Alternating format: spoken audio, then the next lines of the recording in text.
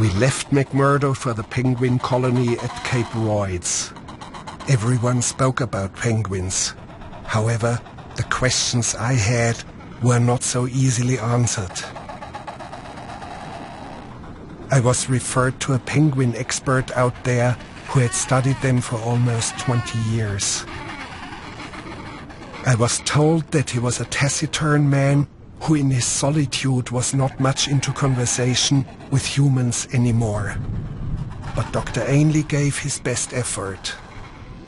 Well, here we are at Cape Royds. This is 2006, and it's just about the 100th anniversary of the first penguin study that was ever done, which was done here at Cape Royds by a person that was part of the Shackleton expedition. They're all had a good winter and they're very fat. They've claimed their territories and eggs have been laid and females have left.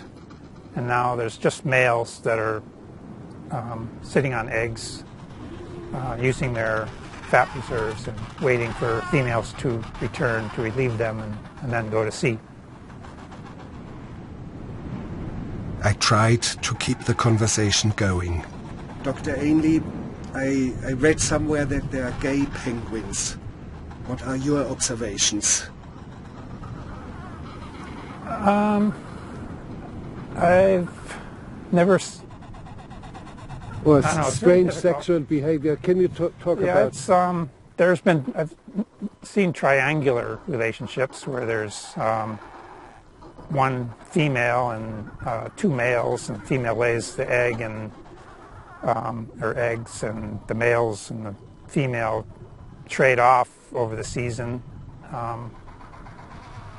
There are misidentities initially of the sex of penguins. Somebody recently described what they call prostitution, where a female who is out collecting rocks for her nest, and of course some penguins are, the only way they collect rocks is to steal them from others, so in order to do that they have to be very submissive in order to get close to a male who's maybe advertising for a mate, and so she'll come in sit in his nest, and sometimes they'll copulate, but eventually really her idea is to get a rock, and so she, as soon as she can, she escapes with a rock. Dr. Ainley, is there such thing as insanity among penguins? I try to avoid a definition of insanity or derangement. I don't mean that a penguin might believe he or she is Lenin or Napoleon Bonaparte. But could they just go crazy because they've had enough of their colony? Well, I've never seen a penguin bashing its head against a rock. They do get disoriented. They end up in places they shouldn't be, a long way from the ocean. These penguins are all heading to the open water to the right. But one of them caught our eye, the one in the center. He would neither go towards the feeding grounds at the edge of the ice, nor return to the colony. Shortly afterwards, we saw him heading straight towards the mountains, some 70 kilometers away. Dr. Ainley explained that even if he caught him and brought him back to the colony, he would immediately head right back for the mountains. But why?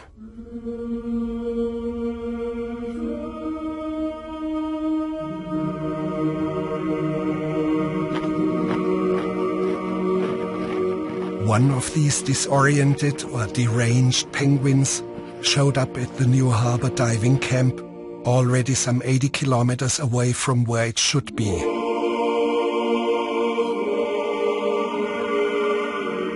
The rules for the humans are: Do not disturb or hold up the penguin. Stand still and let him go on his way.